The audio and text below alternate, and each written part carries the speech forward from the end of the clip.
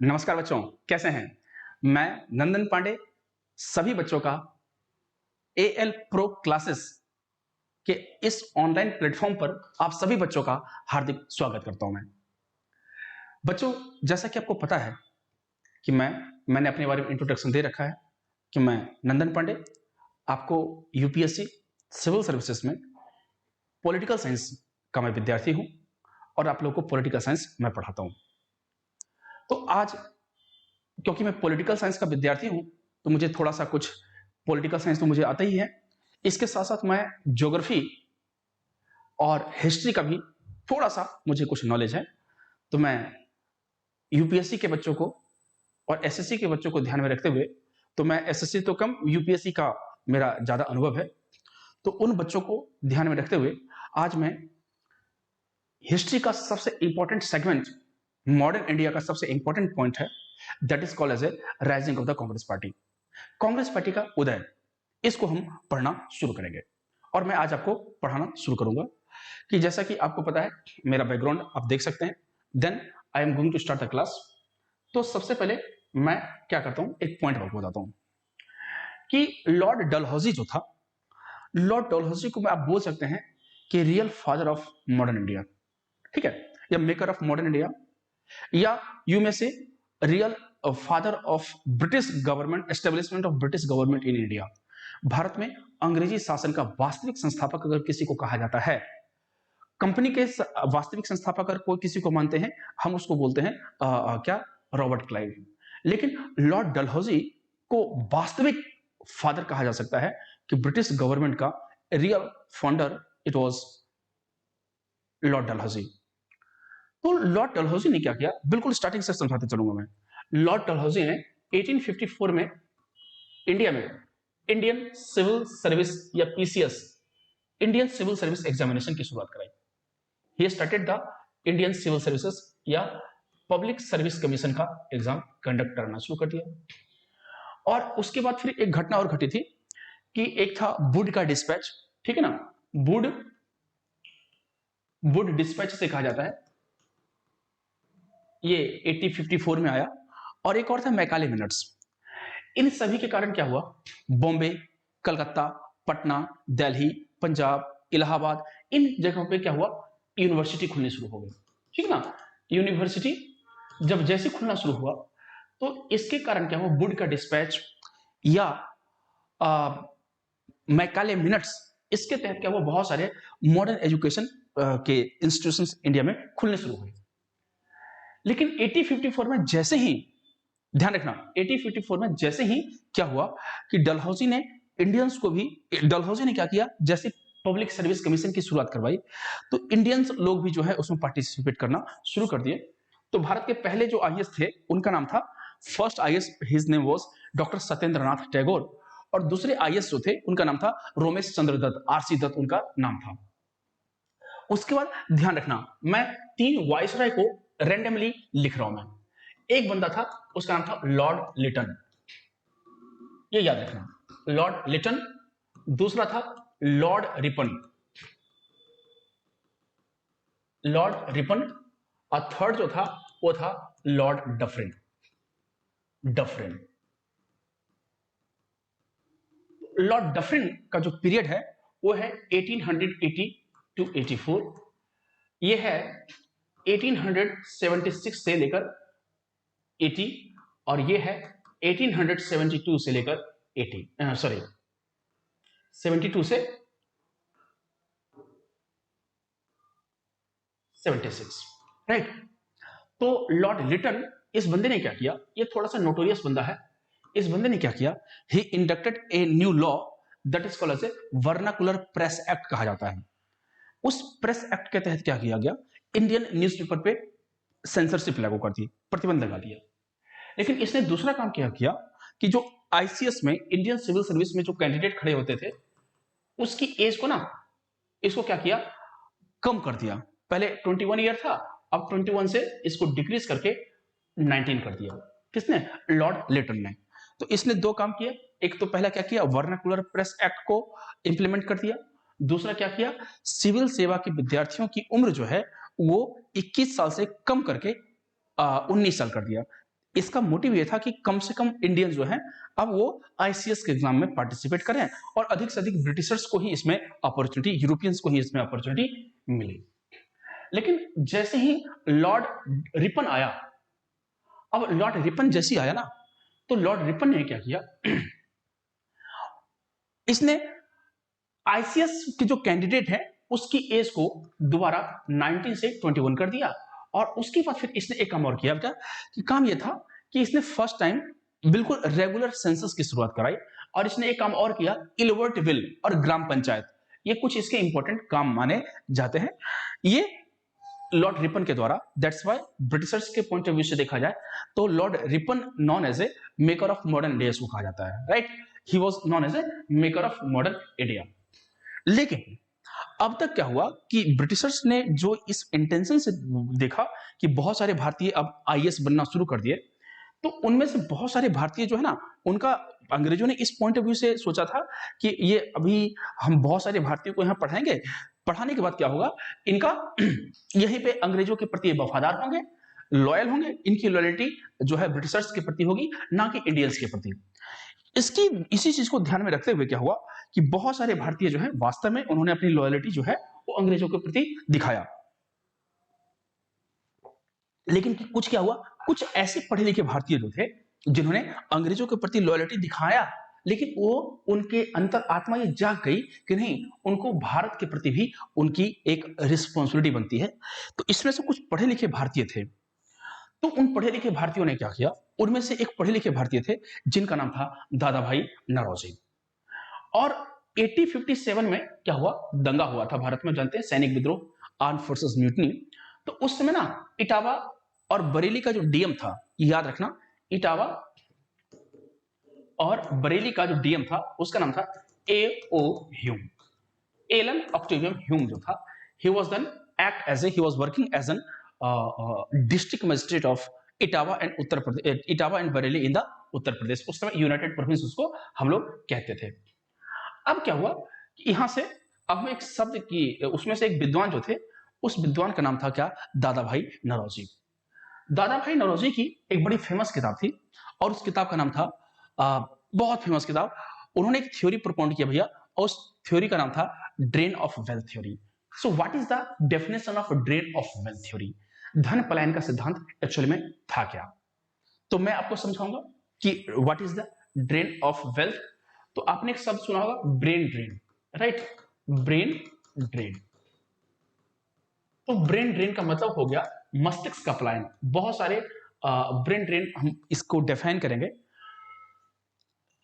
Brain drain का मतलब ये हुआ कि वैसे इंडियंस जो यहाँ के हॉस्पिटल में, सरकारी हॉस्पिटल में सस्ते दाम पे, in very cheaper mode of fees, और वो आईआईटी पढ़ लेते हैं, इंजीनियर बन जाते हैं, डॉक्टर पढ़ लेते हैं एम्स से, और जब उनको अपने कंट्री की सर्विसेज की जब बारी आती है, तो बिकॉज यहाँ पे due to the lackness of financial crisis, हम उतने भी एडवांस है नहीं, वो सभी के सभी वो एजुकेटेड पर्सन जो है they flee towards the western countries या गल्फ कंट्रीज, वहां पे अपनी सर्विसेज देते हैं।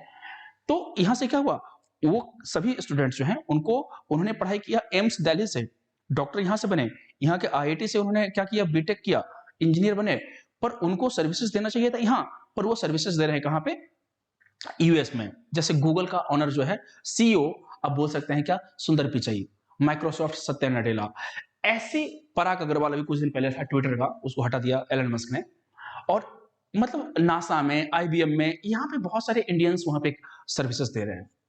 That term is known as a brain drain. लेकिन इसके बदले में अब इसका इफेक्ट भी हो रहा है, वहां से रेमिटेंस बहुत सारा आ रहा है, पैसा वहां के लोग भेजते हैं, लगभग 8 लाख करोड़ रुपीस जो है एक साल में 2022 में इंडियंस ने वहां से भेजा था, ठीक है। लेकिन that term is known as a brain drain. लेकिन दादा भाई नौरोजी ने 1867 में क्या किया, एक बुक पब्लिश किया, और उस बुक का नाम था ड्रेन ऑफ वेल्थ थ्योरी, धन पलायन का सिद्धांत, इन हिज बुक। और उस बुक का नाम था poverty in un British east India, rule in India, poverty and un British rule in India. ये बुक जो है, this book was published in 1867। और इसमें क्या हुआ कि इन्होंने he propounded a theory called as a drain of wealth theory. जब तक आप इसको नहीं समझेंगे ना, तो आपको कांग्रेस पार्टी का एस्टेब्लिशमेंट कैसे हुआ ये आप नहीं बता सकते। लेकिन एक चीज ध्यान रखना, मैं ये अभी जो कांग्रेस पार्टी है, मैं इस कांग्रेस पार्टी की बात नहीं कर रहा हूं। मैं ये कांग्रेस पार्टी जो है वो 1885 से लेकर 1969 तक एग्जिस्ट करती है, ठीक है ना। और 1969 में ना ये कांग्रेस पार्टी स्प्लिट हो जाती है इनटू टू पार्ट्स, एक सिंडिकेट और एक इंदिरा गांधी, एक बन गई इंदिरा कांग्रेस आर कांग्रेस ओ, याद रखना, ठीक है। तो ये कांग्रेस पार्टी जो है ये कब से कब, ये 1885 से लेकर 1969 का ये कांग्रेस पार्टी है। अभी जो राहुल गांधी और सोनिया गांधी की जो कांग्रेस पार्टी है, मैं इसकी तो बात ही नहीं कर रहा और मुझे इसमें इंटरेस्ट भी नहीं है। तो मुझे बात करनी किसमें है, मुझे बात करनी है इसकी कि फ्रॉम 1885 से लेकर 1969 में what was the reason behind the rising of the Congress party, Congress party के उदय का मेन कारण क्या था। तो उसमें दादा भाई नौरोजी ने ना एक काम किया, उन्होंने एक टर्म थ्योरी प्रपोज किया। उस थ्योरी को हम लोग कहते हैं क्या, ड्रेन ऑफ वेल्थ थ्योरी, धन पलायन का सिद्धांत इसे कहा जाता है। It is called as a drain of wealth theory and this theory was propounded by Dadabhai Naoroji in his book called as a poverty and un British rule in India. Bharat में धन पलायन का सिद्धांत जो है वो किसने दिया, it was given by Dadabhai Naoroji. तो ये धन पलायन था क्या, वो अब हम इसको समझना शुरू करते हैं। बिल्कुल अच्छे मैप के थ्रू मैं आपको समझाना शुरू करता हूं। मैं जैसा कि आपको पता है कि अंग्रेज भारत, यूरोपियन भारत आए, क्यों आए थे। देखो भारत तो मुगल भी आए थे और मुस्लिम शासक भी आए थे। तो मुस्लिम शासक और मुगल जो थे ना, कड़वे शब्दों में, आसान शब्दों में मैं समझा रहा हूं, वो एक्चुअली में आप भी देखेंगे अफगानिस्तान, सेंट्रल एशिया, वहां के लोग भूखे नंगे हैं, बिल्कुल गरीबी, एक्सट्रीम पॉवर्टी है वहां पे। तो डेफिनेटली सी बात है, जो वहां के लोग जब 2023 में अगर वहां पे गरीबी एक्सट्रीम है, तो आप सोचिए 14th सेंचुरी में या 15th सेंचुरी में या 13th 12th सेंचुरी में वहां पे गरीबी इससे भी ज्यादा थी, ठीक ना, एक्सट्रीम पॉवर्टी थी। और कुछ वहां पे कल्टीवेशन तो बिल्कुल होते नहीं था, साइंस इतना डेवलप तो हुआ नहीं था। तो वो पूरा का पूरा रीजन जो है वो कैसे है, एक्सट्रीम पॉवर्टी में रहता है आज भी। और जब आदमी को भूख लगता है ना बेटा, वो कुछ भी करने को तैयार हो जाता है, मरने और मारने को तैयार हो जाता है। क्यों, उसको दिखता है कि यहाँ पे मेरे पास कोई चॉइस नहीं है, तो आर या पार, डू एंड डाई वाली सिचुएशन। तो अंग्रेज जो यहाँ आए ना, वो जितने आए, मुगल आए, दिल्ली सल्तनत में जितने भी मुसलमान लोग आए, वो यहाँ पे इसलिए बस गए, ठीक ना। वो वहां से क्यों आए, वो उन्होंने इतनी भयंकर गरीबी थी उन सब कंट्री में कि वो यहाँ पे आए, उन्होंने लूटपाट किया, ठीक ना, उन्होंने लूटपाट किया। और यहाँ की मजबूरी में, ये उनकी मजबूरी थी ना चाहने के बाद। और भारत में उसमें कोई, after the disintegration of the Gupta period, कोई एक सॉलिड पॉलिटिकल स्टेबिलिटी नहीं था इंडिया में, जिसका ये जैसे अभी पॉलिटिकल स्टेबिलिटी है ना, कि ऊपर बैठे हुए हैं नरेंद्र मोदी की सरकार या कांग्रेस पार्टी की सरकार। आफ्टर इंडिपेंडेंस भारत में एक सॉलिड पॉलिटिकल एक आइडियोलॉजी है कि भाई कोई भी बाहर का व्यक्ति आएगा तो उसको कुछ ना कुछ रूल एंड रेगुलेशंस आपको फॉलो करने पड़ेंगे। लेकिन जब यूरोपियंस जो आए ना, वो यहाँ पे क्यों आए थे, वो उनका मोटिव था ट्रेड करने के पॉइंट ऑफ व्यू से। तो सबसे पहले यूरोपियन आया, ब्रिटिश, सबसे पहले भारत जो आया वो पोर्टुगीज आया, पोर्टुगीज के बाद ब्रिटिश आए, और ब्रिटिश जो आए उसके बाद फ्रेंच आया, डच आया, ये सभी के सभी लोग जो है वो इंडिया आए। किस पर्पज से, तो उनका पर्पज जो था वो पर्पज था ट्रेड करना। ट्रेड क्या करना, तो ट्रेड में कच्चा माल, रॉ मटेरियल, वो रॉ मटेरियल क्या हो सकता है बेटा, वो ट्रेड जो है वो स्पाइस हो सकते हैं, गेहूं हो सकता है, हमारे पास इन सब चीजों के आज भी बहुत सारे भंडार हैं, ठीक है। तो हम लोग क्या करेंगे, ब्रिटिश पीरियड को हम लोग 3 भागों में क्लासिफिकेशन करते हैं। पहला है 1608, 1608 टू 1757, नंबर 1। नंबर 2 है बेटा 1757 टू 1857, और थर्ड जो है दैट इज कॉल्ड एज 1857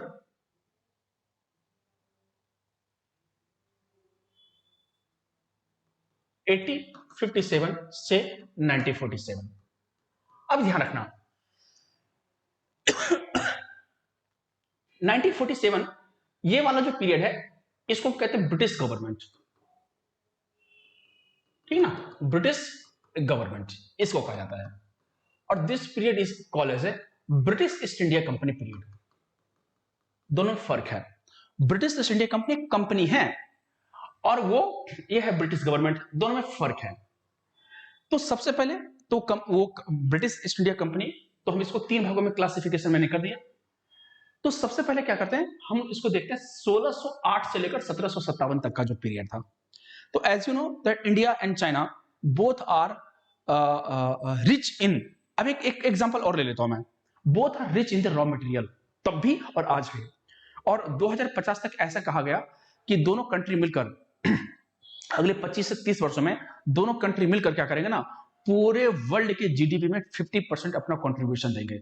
ये याद रखना कि 2047 में जब हम अपना 100 ईयर सेलिब्रेशन करेंगे किसका, इंडिपेंडेंस का, तो उस समय का जो आपको बता रहा हूं कि भारत जो है वो सेकंड नंबर का इकोनॉमिक पावर हाउस होगा। नंबर 1 पे जो होगा वो चाइना होगा, नंबर 2 पे इंडिया, और नंबर 3 पे जो है वो यूएसए, एंड नंबर 4 पे जो होगा वो होगा जापान।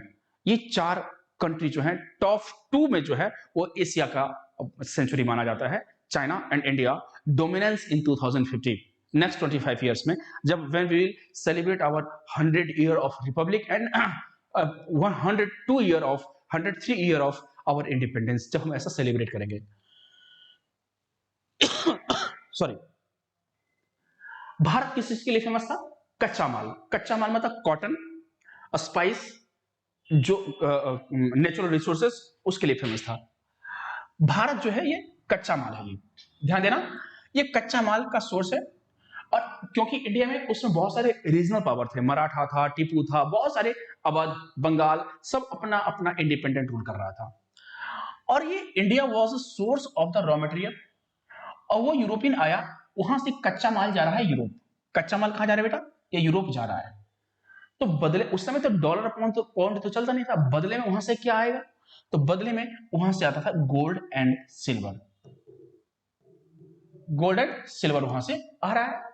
तो यहां ये तो क्या हुआ, ये तो बहुत प्रॉफिटेबल बिजनेस हो गया, किसके लिए, भारत के लिए। हाँ, बहुत ही प्रॉफिटेबल बिजनेस हो गया।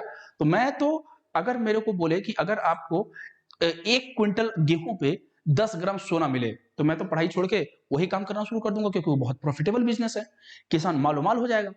ऐसा ही हो रहा था कि from raw India since 1608 to 1757 यहां से कच्चा माल ले जाया जा रहा था यूरोप, और यूरोप से बदले में क्या आ रहा था, सोना आना शुरू हो गया, गोल्ड आना शुरू हुआ। तो जिसका बेनिफिट किसको हो रहा था, वो इंडियन मर्चेंट को। लेकिन यूरोपियन मर्चेंट को उतना बेनिफिट नहीं हो रहा था जितना बेनिफिट का उन्होंने एक्सपेक्टेशन किया, ठीक है। बदले में क्यों, उनको गोल्ड देना पड़ रहा था। लेकिन अब जो है, और सिर्फ यहां पे यूरोप में कौन कौन थे, वो था British east India company, Dutch East India company, Portuguese East India company और फ्रेंच ईस्ट इंडिया कंपनी, ठीक है। This all are nations, they were participate in the business in India. वो इसी प्रकार का ट्रेड यहां पे ऐसा कर रहे थे। तो उनमें भी आपस में एक टसल चल रहा था, लड़ाई वहां भी चल रही थी कि डोमिनेंस ज्यादा व्यापार पे किसका होगा, कौन यहां से ज्यादा माल वहां पे बेच रहा है यूरोप में। उनके अंदर भी एक अपना स्ट्रगल चल रहा था। बट आफ्टर 1757, 23 जून 1757 को एक बहुत ही दुर्भाग्यपूर्ण घटना घटती है, that is called as a battle of Plassey. और इस बैटल ऑफ प्लासी में क्या हुआ, बहुत ही अनफॉर्चुनेट घटना घटी। सॉरी, बैटल ऑफ प्लासी में फेमस नवाब ऑफ बंगाल सिराजुद्दौला को युद्ध में हरा दिया गया, और 2 जुलाई 1757 को उनकी हत्या कर दी गई। और एक और घटना घटती है, क्या, after the battle of Plassey एक और घटना घटती है 23 अक्टूबर 1764 को, that is called as battle of Buxar. Battle of Buxar, इस युद्ध के बाद तो मामला और ही गड़बड़ हो गया। After the battle of Buxar, तो बैटल ऑफ प्लासी का मतलब यह हुआ कि अंग्रेज जो है वो बंगाल में अब एंटर कर चुके हैं, ठीक है। लेकिन after the battle of Plassey जो है, अब अंग्रेज बंगाल के नवाब बन चुके हैं, शासक बन चुके हैं। ये तो battle of Buxar, it is a turning point and it give an authority to the British east India company to rule over the Bengal. Bengal पे शासन करने का एक, मान के चलिए, उनको एक सर्टिफिकेट मिल गया। एक्चुअली में एंटर तो वो 1757 में कर गए थे, लेकिन उनको सर्टिफिकेशन मिलना शुरू हो गया। और एक संधि हुई थी, उस संधि को कहते हैं ट्रीटी ऑफ इलाहाबाद। उस इलाहाबाद की संधि के अकॉर्डिंग शाह आलम सेकंड ने क्या किया, मुगल ब्रिटिशर्स को, कंपनी को क्या किया कि बंगाल, बिहार और उड़ीसा की दीवानी प्रदान कर दी, उसको दीवानी दे दिया। और दीवानी देने के बाद क्या हुआ, वहां से दीवानी जब दे दिया, दीवानी देने के बाद जो है अब पूरा महान बंगाल अब कैसे इनके चुंगल में फंस जाता है। एक greatest Bengal is about to become a epic center of the starvations. भुखमरी का एक वो एपिक सेंटर बनने वाला है बंगाल। कब? After the battle of Buxar. तो हम ये मान कर चलते हैं 1757 से लेकर 1947। मैंने इसको दो भागों में क्लासिफाई किया, 1757 टू 1857 और 1857 टू 1947। यहां से अब देखिए ड्रेड ऑफ वेल्थ थ्योरी आपको समझ में आना शुरू होगा। ठीक है, तो जैसा कि आपको पता है कि अब अंग्रेज जो है यहां पे रूल करना शुरू कर दिया। ये है कच्चा माल का सोर्स इंडिया। अब कच्चा माल जो है, अब अंग्रेजों ने कहा कि कच्चा माल अब मेरे अकॉर्डिंग कल्टीवेट करो। मान के चलो इंडिगो का प्लांटेशन किया, कॉटन का प्लांटेशन किया। अब कॉटन का प्लांटेशन किया, इंडिगो कैश क्रॉप्स का कल्टीवेशन करना शुरू कर दिया।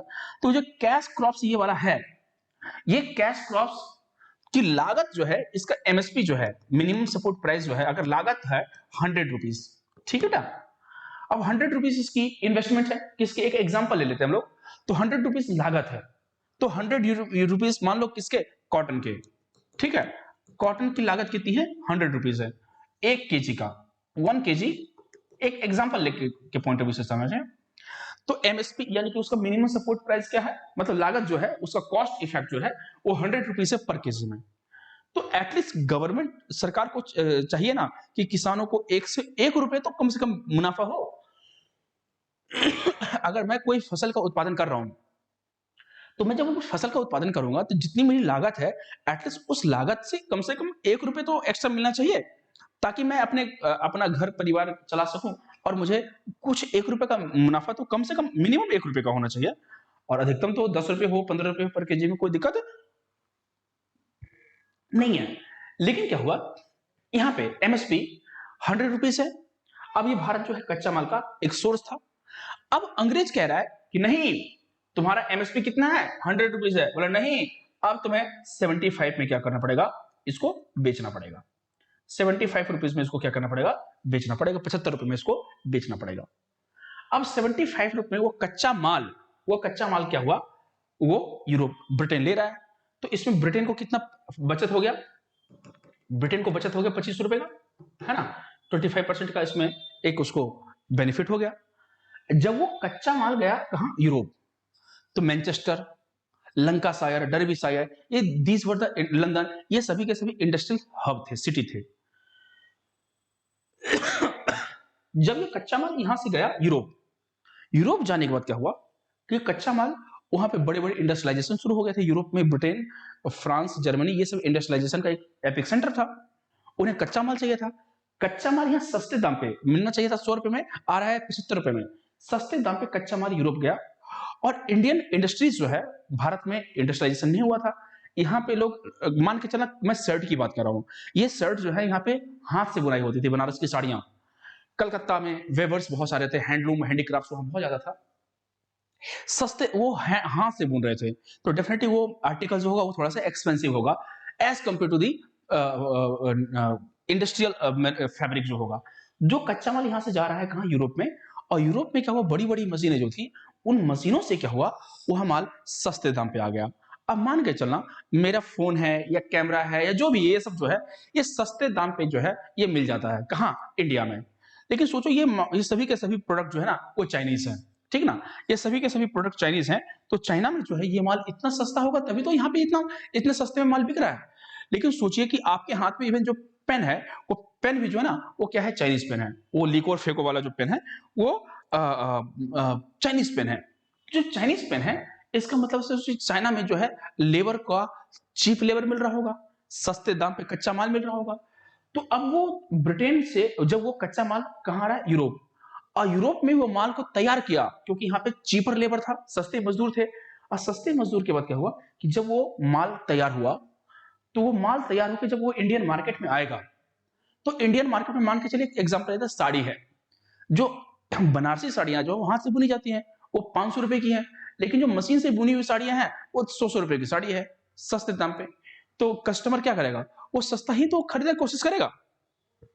और सस्ता जब खरीदने की कोशिश करेगा, तो वो क्या होगा, वहां पे मजदूरों का एक्सप्लोरेशन होगा। तो मजदूरों का जो एक्सप्लोरेशन होगा, तो क्या होगा कि अब वो कच्चा माल यहां से जा रहा है सस्ते दाम पे, और वो तैयार माल जो है वो इस तरफ आ रहा है। तो तैयार माल जो है, तो इंडिया में जो गुड्स होंगे, वो गुड्स एंड सर्विसेज जो होगा जो इंडिया में, वो गुड्स एंड सर्विसेज अब यहाँ पे क्या होगा, बहुत सारे बिकने शुरू हो जाएंगे। और जब बहुत सारे कच्चे माल, तैयार माल बिकने शुरू हो जाएंगे, तो इंडियन जो इंडस्ट्रीज होगा, MSME, micro small medium enterprises जो होंगे, वो तो कंप्लीटली बर्बाद हो जाएगा। बस, तो अब यूरोपियंस को कहा इस तरफ भी फायदा हो रहा था, और यहां से जो माल तैयार हो रहा था, वो माल जो भारत में बिक रहा था, उस माल का भी यहाँ पे क्या हो रहा था। जैसे जींस, आप देखते होंगे, जींस मैंने भी पहन रखे हैं, आपने भी पहन रखे हैं। अब जींस बहुत महंगी चीजें हैं, लेकिन ये जींस वास्तव में ना यूरोप में मजदूरों के लिए बनाए गए थे। और वो मजदूर, आप देखेंगे जींस के ऊपर में छोटे से पर्स हैं, ये जेब है, इस जेब का ऐसा अभी कोई यूटिलाइजेशन नहीं है। बट उस समय अंग्रेज लोग क्या करते थे, ये लेबर जो है घड़ी रखने के लिए इन जेब का प्रयोग करते थे। ठीक है, आप अपने जींस में देख सकते हैं। अब ये जींस जो है, it become a fashion symbol. तो अब जो है कि जब ये कच्चा माल, अगर 100 यूनिट मान लिया मैंने, ये कच्चा माल 25 यूनिट्स पे क्या हुआ, वो यूरोप में आकर एग्जिस्ट किया। और ये यूरोप से माल तैयार होकर जब वो इंडियन मार्केट में आ रहा है, इंडियन मार्केट में आएगा, तो इंडियन मार्केट में जो एक्सपेंसिव गुड्स एंड सर्विसेज थे, वो तो अब बिकने बंद हो जाएंगे ना। अब बिकने बंद हो जाएंगे। ये सस्ता माल जो यहाँ पे बिक रहा है, तैयार माल, प्रिपेयर्ड गुड्स है, कपड़ा, बिमल के कपड़े, ठीक है ना, बिमल के कपड़े, बिमल का गुटखा नहीं बोल रहा हूं, बिमल के कपड़े इंडिया में बहुत ज्यादा बिकते थे। रेमंड्स के कपड़े, और ये सभी के सभी के, ये फैब्रिक्स जो है, ये कभी मशीनों से बनाए जाते थे। जबकि बनारसी साड़ियां जो है, ये बहुत एक्सपेंसिव है, खादी के कपड़े बहुत एक्सपेंसिव है। क्यों? ये हाथ से बनाए जाते थे। दोनों में फर्क ध्यान रखना। तो यहां से ब्रिटेन को प्रॉफिट हो रहा है, और इस तरफ से जो तैयार माल हो रहा है, वो तैयार माल को बेचने के लिए जो कंपनी के ऑफिसर्स थे या गवर्नमेंट ऑफिसर्स थे, वो उन लोगों को भी, तो यहाँ के लोगों से ही उनको सैलरी मिलती थी, पेंशन मिलते थे, है ना। तो जब पैसा इस तरफ से भी और पैसा इस तरफ से भी क्या हो रहा है, वो भारत में, ये यूरोप में आना शुरू हो गया। कब से? 1757 से लेकर 1947 तक। तो जब इधर आना शुरू हुआ, तब क्या हुआ कि ये सारी बातें मैंने जब आपको बोला, this entire theory is known as a drain of wealth theory. इसको ड्रेन ऑफ वेल्थ थ्योरी कहा जाता है, ठीक ना। तो अब इसको ड्रेन ऑफ वेल्थ थ्योरी मैंने आपको समझा दिया। लेकिन जैसे ही ये थ्योरी पब्लिश हुआ, इंडिया में एक तरीके से वो स्ट्रॉन्ग तूफान आ गया, और बहुत सारे पढ़े लिखे इंटेलेक्चुअल लोग जो हैं, उन्होंने अब अंग्रेजों से कहा कि अंग्रेज जी, अब यहां से चुपचाप निकलना शुरू कर जाइए, अब यहां से निकल, पहली फुर्सत में तू अब यहां से, पहली फुर्सत में अब निकलो यहां से। तभी क्या हुआ, लॉर्ड डफरिन, ठीक है, लॉर्ड डफरिन, इस बंदे ने एओ ह्यूम को यह आदेश दिया, एओ ह्यूम को यह आदेश दिया और कहा कि वे सभी भारतीय जो हमारा विरोध कर रहे हैं, जो ये कह रहे हैं कि अब यहां से निकलो पहले फुर्सत में, उन सभी भारतीयों को मोबिलाइज करो तुम, और ये मोबिलाइजेशन का खर्चा जो है मैं उठाऊंगा, ब्रिटिश गवर्नमेंट उठाएगी। और इसको एक टास्क दिया गया, he was given a task to mobilise all those person who oppose the British government policies, उन सभी असंतुष्ट भारतीयों को और ब्रिटिश सरकार की नीतियों का जो विरोध कर रहा है, उन सभी लोगों को तुम क्या करो, एक यूनिफाइड करो, एकत्र करो, और उसका सारा खर्चा जो है वो कौन उठाएगा, वो मैं उठाऊंगा।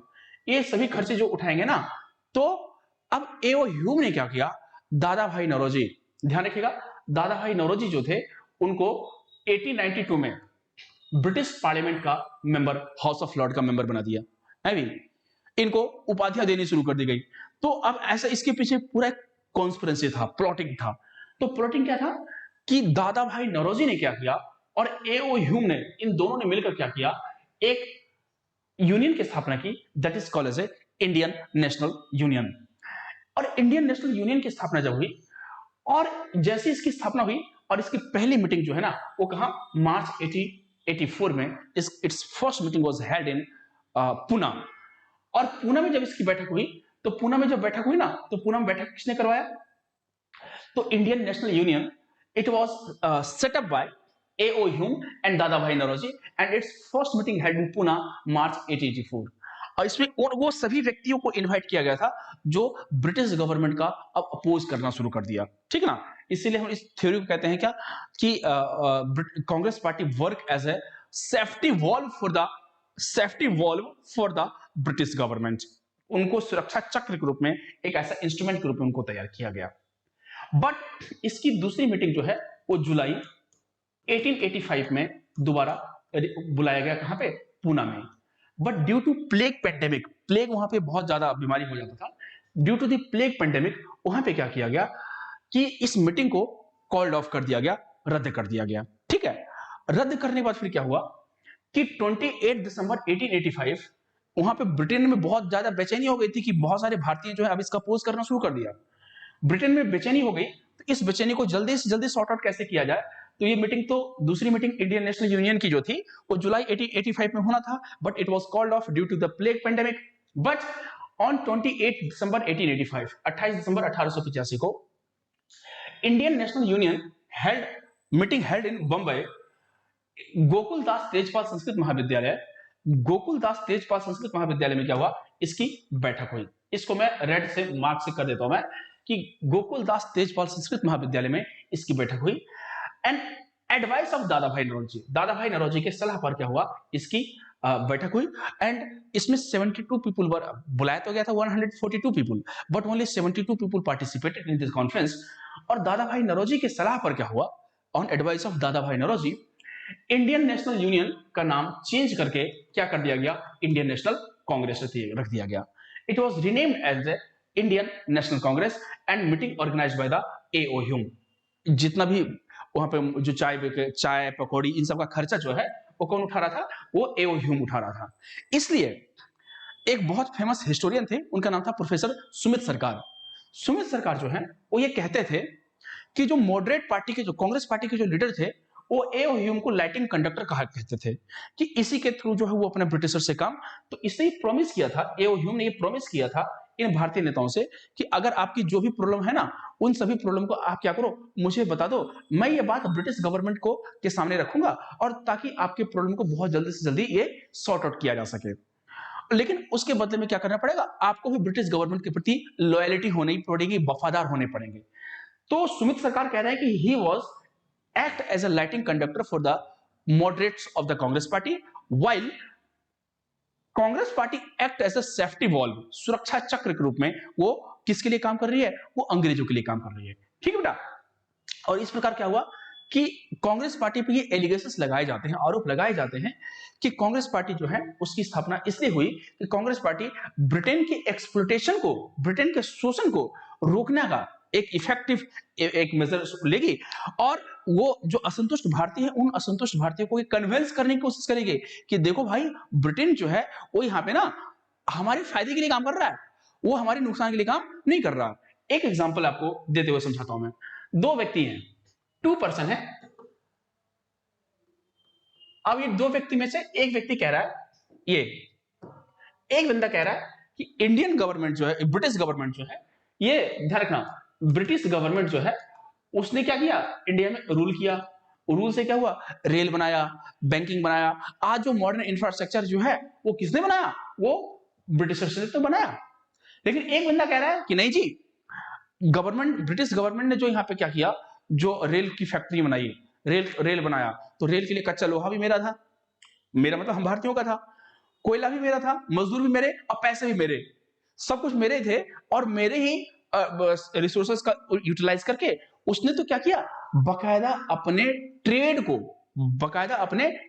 को और स्पीड कर दिया। तो यहाँ पे दो चीज हो रही ना, एक बंदा ब्रिटिश गवर्नमेंट की तारीफ कर रहा है, एक बंदा जो है ब्रिटिश गवर्नमेंट की बुराई कर रहा है। तो वो बंदा जो तारीफ कर क्यों रहा है, वो उसके फेवर में क्यों बात कर रहा है, तो डेफिनेटली ब्रिटिश गवर्नमेंट ने उसके मुंह पे नोट की गड्डियां फेंक के मारी होगी, है ना, या उसको ऊंचे ऊंचे पदों पे बैठा दिया गया होगा, और इसको ऊंचे ऊंचे पदों पे नहीं बैठाया गया। तो इनको ना हम एक शब्द बोलते हैं, क्या, नरम दल, नरम दल या मॉडरेट इसे कहते हैं, और इसको हम बोलते हैं एक्सट्रीमिस्ट, और इसको यह गरम दल कहा जाता है। क्या कहा जाता है, गरम दल इसे कहते हैं। किसको, तो इस तरफ के जो लीडर हैं उनको आप बोल सकते हैं कि लाल बालपाल, अरविंदो घोष, डॉक्टर रास बिहारी घोष, और इस तरफ के जो लीडर हैं इनको आप बोल सकते हैं क्या, these leaders are called as a moderate, और इसको एक्सट्रीमिस्ट कह सकते हैं। तो अब जो है बेटा, अब ये कांग्रेस पार्टी का यहाँ पे गठन हो गया। अब हम लोग एक देखते हैं कि important sessions of the Congress party की जो इंपॉर्टेंट बैठक हुई थी उन सभी एवरी ईयर होती है, अभी भी होती है। तो कांग्रेस पार्टी की जो इंपॉर्टेंट सेशंस है वो हिस्टोरिकल पॉइंट ऑफ व्यू से बहुत इंपॉर्टेंट है। तो मैं आज आपको सामने सब सारा का सारा ये रख रहा हूं मैं। तो एवरी ईयर हुआ, तो इंपॉर्टेंट सेशन की बात कर रहा हूं मैं। 28 दिसंबर 1885 बंबई, डब्ल्यूसी बनर्जी। इसमें 72 people participated in this conference, 72 लोगों ने इस सम्मेलन में भाग लिया और इसके अध्यक्ष जो थे कौन थे? व्योमकेश चंद्र बनर्जी। दूसरा है 1886 held in Calcutta, Dadabhai Naoroji, first Parsi chairman of the Congress party के पहले पारसी चेयरमैन है। 1887 में मद्रास, इसके जो चेयरमैन है Badruddin Tyabji, and first Muslim chairman of the Congress party, ये याद रखिएगा। अब सोचो कि अंग्रेज कांग्रेस पार्टी का चेयरमैन बन रहा है, तो सोच लीजिएगा कांग्रेस पार्टी का कैसे रही हो, कितनी वफादार रही होंगी। उस टाइम ये नारे लगते थे कांग्रेस पार्टी के सेशन में कि ब्रिटेन की राजा की जय हो और ब्रिटेन की राजा की अमर रहे, ठीक है, उनका साम्राज्य दिन दुना रात चौगुना बढ़ता रहे। ये कांग्रेस पार्टी नारा लगवा रही थी। उस समय कंडीशन ऐसे थे। 1888 में इलाहाबाद में सेशन हुआ बेटा। This was chair by the George Yule, he was the Britishers who chair the Congress party. 1896 में क्या हुआ? कलकत्ता अधिवेशन हुआ, जिसमें रहीमतुल्लाह सयानी ने क्या किया? पहली बार रविंद्रनाथ टैगोर ने क्या किया? वंदे मातरम अपनी भतीजे के साथ गाया। वंदे मातरम संग बाय रविंद्रनाथ टैगोर, और ये वंदे मातरम जो है ये कहां से लिया गया? ये आनंद मठ से लिया गया। एंड आनंद मठ book written by Bankim Chandra Chattopadhyay, ये बिहार पे बेस्ड ये किताब है। 1905 का जो कांग्रेस पार्टी का अधिवेशन हुआ उसमें गोपाल कृष्ण गोखले, और यहां पे क्या हुआ कि फर्स्ट टाइम स्वदेशी और बाइकॉट मूवमेंट, स्वदेशी और बहिष्कार आंदोलन की बात कही गई। उसके बाद फिर क्या बेटा? कोलकाता अधिवेशन 1906 में हुआ। इसका चेयरमैन कौन थे? दादा भाई नौरोजी। और पहली बार जो है स्वराज शब्द को डिमांड किया गया। ऐसे स्वराज शब्द सबसे पहले स्वामी विवेकानंद ने बोला था कि Swaraj word use in the Congress party. पहली बार जो है कांग्रेस पार्टी में भी अब ये बोला गया हमें सेल्फ खुद शासन करना चाहिए, अब हमें अंग्रेजों पर भरोसा नहीं है। उसके बाद फिर क्या हुआ? 1907 का कांग्रेस पार्टी का बड़ा फेमस हुआ कि Congress party split into two parts. एक कांग्रेस पार्टी दो भागों में बट गई, दैट इज कॉल्ड एज नरम दल एंड गरम दल, मॉडरेट पार्टी और एक्सट्रीमिस्ट पार्टी से कही जाती है। उसके बाद हुआ कोलकाता में आए, कोलकाता, और ध्यान रखना 1903 के 1903 के कांग्रेस पार्टी एक अधिवेशन हुआ था कलकत्ता में। उस that session was chair by that session में, in that session Gandhi arrived India, उसमें भी गांधी ने भाग लिया था। अब यह है कांग्रेस पार्टी का कलकत्ता अधिवेशन। इसमें जो थे पंडित बी एन धर थे, ठीक है, बिशन नारायण धर थे। और पहली बार क्या हुआ? जन गण मन जो है गाया गया कांग्रेस पार्टी के अधिवेशन में, ये बहुत बड़ी बात है ये। उसके बाद जो है ये 1916 है बेटा, ये लखनऊ अधिवेशन है। In this session it was chair bye Ambika चरण मजूमदार। और इस अधिवेशन में क्या हुआ? इसको हम कहते हैं लखनऊ पैक्ट भी कहा जाता है, लखनऊ समझौता भी कहा जाता है। और it was chair bye Ambika चरण मजूमदार, जिसमें क्या हुआ कि दो घटनाएं घटी। एक कांग्रेस पार्टी यानी कि नरम दल गरम दल आपस में मिल गए लखनऊ में, और दूसरी बात ये हुई कि कांग्रेस पार्टी और मुस्लिम लीग के बीच एक समझौता हुआ। That agreement is known as a, उस समझौते को हम लोग एक चीज बोलते हैं क्या? That agreement is known as a Lucknow pact या लखनऊ समझौता कहा जाता है। 1917 में कांग्रेस पार्टी का एक और अधिवेशन हुआ कलकत्ता में। It was chair by Mrs Annie Besant, Annie Besant के द्वारा इसको चेयर किया गया। और she was the first women in the Congress party which chair, पहली महिला, माफी चाहता हूं, नॉट भारतीय, पहली महिला जिन्होंने कांग्रेस पार्टी का क्या किया? चेयरमैनशिप को एक्सेप्ट किया, ठीक है। उसके बाद जो है, उसके बाद 1922 में क्या हुआ कि गया conference of the Congress party, जिसमें क्या हुआ कि गांधी जी जो है आफ्टर द चौरी चौरा कांड, गांधी ने क्या किया? स्वराज चौरा चौरी कांड के बाद नॉन कॉपरेशन मूवमेंट को रिकॉल कर लिया, वापस ले लिया।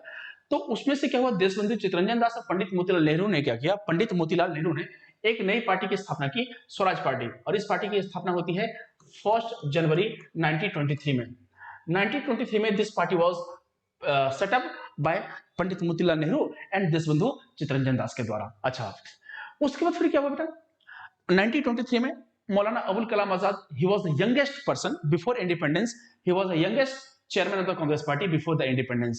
आजादी से पहले कांग्रेस पार्टी के सबसे युवा अध्यक्ष थे। और मौलाना अबुल कलाम आजाद जो है वो मौलाना अबुल कलाम आजाद जो है, he was the first education minister of India भी इनको कहा जाता है, ठीक है। इनका एक किताब है इंडिया विंस फ्रीडम, बहुत जबरदस्त किताब है। उसके बाद जो है बेटा अगली जो है सेशन, और ये बहुत इंपॉर्टेंट है, उसे कहते हैं कांग्रेस पार्टी का बेलगांव अधिवेशन, ठीक है। और इस बेलगांव अधिवेशन का जो चेयरमैन जो है वो स्वयं himself was Gandhi. Gandhi was the chairman of this Congress party. India में अभी भी ध्यान रखना, एक ना इंडिया में गांधी जी के नाम से कुआं है, दैट इज कॉल्ड कांग्रेस कुआं। कांग्रेस कुएं का नाम है। First time and last time become the chairman of the Congress party. Congress party के पहली बार और अंतिम बार अध्यक्ष बने कौन? महात्मा गांधी। उसके बाद फिर क्या हुआ? 1925 में क्या हुआ? कानपुर सेशन हुआ। Kanpur session which chair by the Mrs Sarojini Naidu. और सरोजिनी नायडू जो थी वो she was the first Indian woman who chair the Congress party. Congress party की जो पहली महिला अध्यक्ष थी उनका नाम था एनी बेसेंट, लेकिन फर्स्ट इंडियन वुमन जो थी उनका नाम था एनी बेसेंट, सरोजिनी नायडू। उसके बाद फिर क्या हुआ? 1927 में मद्रास में जो है एम ए अंसारी, मुख्तार अहमद अंसारी जो हामिद अंसारी के ग्रैंडफादर हैं, तो इसमें पहली बार ये डिमांड किया गया था, first time complete independence demanded, पहली बार पूर्ण स्वराज की मांग की गई। किसकी मांग की गई? First time complete independence demanded by Congress party, पहली बार पूर्ण स्वराज की मांग की गई, ध्यान रखना। उसके बाद 1928 में क्या हुआ? नेहरू रिपोर्ट को पेश किया गया। तो लाहौर कॉन्फ्रेंस हुआ था कांग्रेस पार्टी का, जिसमें नेहरू रिपोर्ट को रिजेक्ट कर दिया पंडित जवाहरलाल नेहरू ने। अब पहली बार पूर्ण स्वराज की मांग की गई, ठीक है ना। पूर्ण स्वराज और कंप्लीट इंडिपेंडेंस दोनों फर्क है, याद रखना, ठीक है। आजाद अभी ऑस्ट्रेलिया भी है, पर उसमें भी कुछ प्रतिबंध लगे हुए हैं, चाहे नॉमिनल हो चाहे जैसा भी हो। अब 1937 में क्या हुआ? फैजपुर जो है एक गांव है, और पंडित जवाहरलाल नेहरू जो है इसके चेयरमैन थे। और first time session held in A village, किसी गांव में कांग्रेस पार्टी का ये अध्यक्ष हुआ था, सेशन हुआ था। ये महाराष्ट्र में, ये जलगांव डिस्ट्रिक्ट ऑफ महाराष्ट्र में ये गांव है, वहां पे कांग्रेस पार्टी का ये सेशन हुआ था। 1938 में क्या हुआ? हरिपुरा कॉन्फ्रेंस जो है, it was chair by Netaji Subhash Chandra Bose. और इसके अगेंस्ट जो है, ध्यान रखना, गांधी ने नेताजी सुभाष चंद्र बोस के अगेंस्ट गांधी जी ने क्या किया? पट्टाभी सीतारामैया को खड़ा किया, और जिसमें पट्टाभी सीतारामैया की हार हो गई थी। और हारने के बाद जो है first time Congress party chair by Netaji Subhash Chandra Bose. और in this conference national planning committee sent up under the Pandit Nehru. और यही नेशनल प्लानिंग कमेटी का जो मेन मोटिव था, जो प्लानिंग कमीशन आगे बना, और बाद में इसको बना दिया हमने क्या? नीति आयोग से कहा गया 2015 में। उसके बाद जो है 1939 में गांधी और नेहरू से पंडित ये सुभाष चंद्र बोस का डिस्प्यूट हो गया। तो 1939 में त्रिपुरी कॉन्फ्रेंस में क्या हुआ? नेताजी सुभाष चंद्र बोस ने क्या किया? फरवरी 1939 में ही सबमिटेड हिज रेजिग्नेशन, एंड वो डॉक्टर राजेंद्र प्रसाद जो है कांग्रेस पार्टी के इंटरिम चेयरमैन बने, ठीक है ना। और क्या हुआ कि 1 मई 1939 सुभाष चंद्र बोस ने एक पार्टी की स्थापना की, that party is known as a forward bloc नामक पार्टी की स्थापना की, and that is called as a Tripuri conference, Tripuri सम्मेलन इसको कहा जाता है। उसके बाद फिर क्या हुआ बेटा? 1940 से लेकर 45 तक रामगढ़ में ये सेशन चला। और रामगढ़ का ये सेशन जो है ना, रामगढ़ झारखंड में है, और इसमें क्या हुआ? मौलाना अबुल कलाम आजाद, और बिकॉज सेकंड वर्ल्ड वॉर हो गया था, इस दौरान क्या हुआ? बहुत सारे कांग्रेस पार्टी के अधिवेशन इसमें नहीं हो पाए। जब कांग्रेस पार्टी के अधिवेशन नहीं हो पाए, तो इस दौरान बहुत सारी इंपॉर्टेंट घटनाएं भी घटी, जैसे क्विट इंडिया मूवमेंट हो गया, INA ट्रायल हुआ, आजाद हिंद फौज पे मुकदमे चले, क्रिप्स मिशन आया, कैबिनेट मिशन आया, और भी बहुत सारी घटनाएं, पाकिस्तान की डिमांड की गई। अच्छा, और भी अगस्त ऑफर आया, कलकत्ता में दंगे हुए। ये सभी की सभी घटनाएं जो है वो 1940 से लेकर 45 के बीच में हुआ, और इसे क्विट इंडिया मूवमेंट भी, इसको इस दौरान बहुत सारी घटनाएं घटी। एंड फाइनली क्या हुआ? 1947 मैं इंपॉर्टेंट घटना बता रहा हूं, मेरठ में हुआ, आचार्य JV कृपलानी, और इस दौरान क्या हुआ? भारत को एक आजादी के रूप में दिया गया। तो आज जो है मैंने आपको क्या किया? कांग्रेस पार्टी का ये सेशन आपको मैंने समझाने की कोशिश किया, और इसके माध्यम से आगे हम जो है इसी तरीके से और भी वीडियो जो है आपके लिए, ताकि आपका एग्जाम का प्रिपरेशन जो है और चलता रहे। तो मैं पुनः आप सभी बच्चों का हार्दिक धन्यवाद करता हूं मेरे से जुड़े रहने के लिए, AL प्रो क्लासेस से जुड़े रहने के लिए। तब तक मैं आप सभी बच्चों का पुनः हार्दिक धन्यवाद करता हूं। जय हिंद, जय भारत।